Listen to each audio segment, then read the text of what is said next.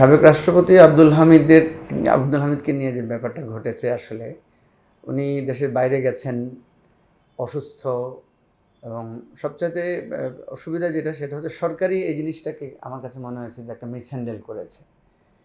মানে পরিস্থিতিটা এমনভাবে এসেছে সবার সামনে, মনে হচ্ছে না আব্দুল হামিদ দেশ থেকে পালিয়ে গেছেন। এবং এরপরে বেশ কয়েকজন পুলিশ অফিসার, তারপরে ইমিগ্রেশন অফিসারের চাকরি, মানে তাদেরকে সাসপেন্ড করা হলো। এবং স্বরাষ্ট্র উপদেষ্টা তখন যে বিবৃতিটা দিয়েছেন যে যেভাবে হোক ইন্টারপোলের মাধ্যমে তাকে ফিরিয়ে আনা হবে বা এটা তদন্ত করা হবে, বিচার না করতে পারলে উনি প্রয়োজনে পদত্যাগ করবেন। এরপরে সরকার এটা মানে অনেক পাওয়ারফুল একটা তদন্ত কমিটি করেছে। এখন পর্যন্ত তদন্ত কমিটির রিপোর্ট আমরা পাইনি। জীবন অবাক না করলে কে করবে? 28% মিল্ক ফ্যাটের অবাক করার সাথে ফ্রেশ মিল্ক পাউডার। জীবন অবাক করুক প্রতিদিন। এখন আব্দুল হামিদ যখন ফেরত এসেছে, তখন যেটা বোঝা যাচ্ছে যে উনি চিকিৎসার জন্য গিয়েছিলেন, আবার চিকিৎসার শেষে বা হয়তো আমি যতটুকু শুনেছি ওনার শারীরিক অবস্থা খুব বেশি ভালো না, খুবই মুমূর্ষ অবস্থা, হয়তো উনি কতদিন বাঁচবেন এ ধরনের একটা সন্দেহ সংশয়ের ব্যাপার আছে। ওনার বিরুদ্ধে একটা মামলা আছে আমরা শুনেছি। এখন মামলা আছে, তাকে কেন গ্রেফতার করা হয়নি, তার গ্রেফতারি পরোয়ানা নাই, এই ধরনের একটা নানা ধরনের মানে দোলাচাল, নানা ধরনের রহস্য এখানে তৈরি হয়েছে। ফলে এখানে কিন্তু আমি প্রধানত দায় সরকারকেই দিব। কারণ আব্দুল হামিদ উনি আওয়ামী লীগের নেতা ছিলেন, রাষ্ট্রপতি ছিলেন, নিঃসন্দেহে উনি ফ্যাসিবাদী সরকারের একজন ক্রিয়ানক। বাট উনি একজন বয়স্ক মানুষ, তো উনি ওনার দেশ থেকে কোনো নিষেধাজ্ঞা যদি না থাকে তাহলে তো আইনগতভাবে উনি দেশ ত্যাগ করতেই পারেন, দেশের বাইরে যেতেই পারেন। আমরা যতটুকু জেনেছি তার দেশ ত্যাগে কোনো নিষেধাজ্ঞা ছিল না। তার বিরুদ্ধে মামলা আছে, সেই মামলা গ্রেফতার কেন করা হলো না, বা উনি জামিনযোগ্য যদি মামলা হয় বা বয়সের কারণে উনি যদি মামলার জামিন পান, তাহলে তো তাকে সেইভাবেই বিষয়টাকে ডিল করা দরকার ছিল। তো সার্বিক ব্যাপারে যে ঘটনাটা ঘটেছে, আমার যেটা মনে হয় যে এই সরকারকে যে আমরা বারবার বলছি যে তার কর্তৃত্ব নেই বা তার একটা দুর্বলতা আছে, এটা একটা তার প্রমাণ।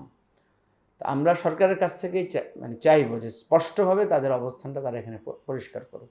তারা যে ভুলটা করেছে বা ভুল কথা বলেছে সেটা জাতির সামনে ক্লিয়ার করা দরকার। ব্যক্তিগতভাবে আমি যতটুকু খোঁজখবর নিয়েছি তাতে আমার কাছে মনে হয়েছে আব্দুল হামিদ সত্যিকার অর্থে অসুস্থ এবং ওনার একটা সিরিয়াস অসুবিধা আছে, যেটা যেন বোর্ড বসিয়ে তাকে বাইরে পাঠানো হয়েছিল। সেখান থেকে হয়তো কোনো রিকমেন্ডেশন নিয়ে তিনি আবার ফেরত এসেছেন, বা হয়তো অন্য কোনো দেশের ভিসা তার নাই, সে কারণে তিনি অন্য কোনো দেশে যান নাই বা কোথাও গিয়ে স্টাবলিশড হন নাই। কেউ কেউ হয়তো সন্দেহ করছেন যে উনি হয়তো একটা বিশেষ মিশন নিয়ে গিয়েছিলেন, সেখানে কারো না কারোর সাথে যোগাযোগ হয়েছে, কোনো ধরনের একটা ত্রিপাক্ষিক দ্বিপাক্ষিক আলোচনা হয়েছে। আমার কাছে সেরকম কোনো তথ্য নাই। সুতরাং ওই ধরনের কিছু হয়ে থাকলে সেটা ধারণা করেই কথা বলতে হবে। না, একটা বিষয় তো ধরেন আওয়ামী লীগ একটা মানে তৃণমূলের শক্তিশালী একটা রাজনৈতিক দল ছিল, তারা গণহত্যা, লুটপাট এগুলোর সাথে সম্পৃক্ত থাকার কারণে তারা এক ধরনের গণরোষের শিকার হয়েছেন এবং একটা গণবিরোধী দল আকারে তার চরিত্র, তার অবস্থান প্রকাশ পেয়েছে। সাময়িকভাবে তার কার্যক্রম সরকারিভাবে, রাষ্ট্রীয়ভাবে নিষিদ্ধ করা হয়েছে। বাট তার অনেক সমর্থকরা, তারা কিন্তু কর্মীরা, তারা কিন্তু এখনও তৃণমূলে আছেন। এরকম একটা রাজনৈতিক দলকে আপনি এই অবস্থায় রেখে আমাদের জাতীয় ঐক্য, আমাদের জাতীয় রাজনৈতিক গণতন্ত্র পরিচালনা করার একটা খুঁত তো থাকবেই। তো সে জায়গায় আমরা যেটা মনে করেছিলাম যে একটা মানে রিকনসিলেশন প্রসেস আনা উচিত। 1971 সালের পরেও যখন রাজাকার আলবদরদের ব্যাপারে কিন্তু শেখ মুজিবুর রহমান সাহেব উনি কিন্তু একটা সাধারণ ক্ষমা ঘোষণা করে এক ধরনের রিকনসিলেশন প্রসেস শুরু করেছিলেন। জিয়াউর রহমান সেটাকে অগ্রগামী করে নিয়ে গিয়েছিলেন।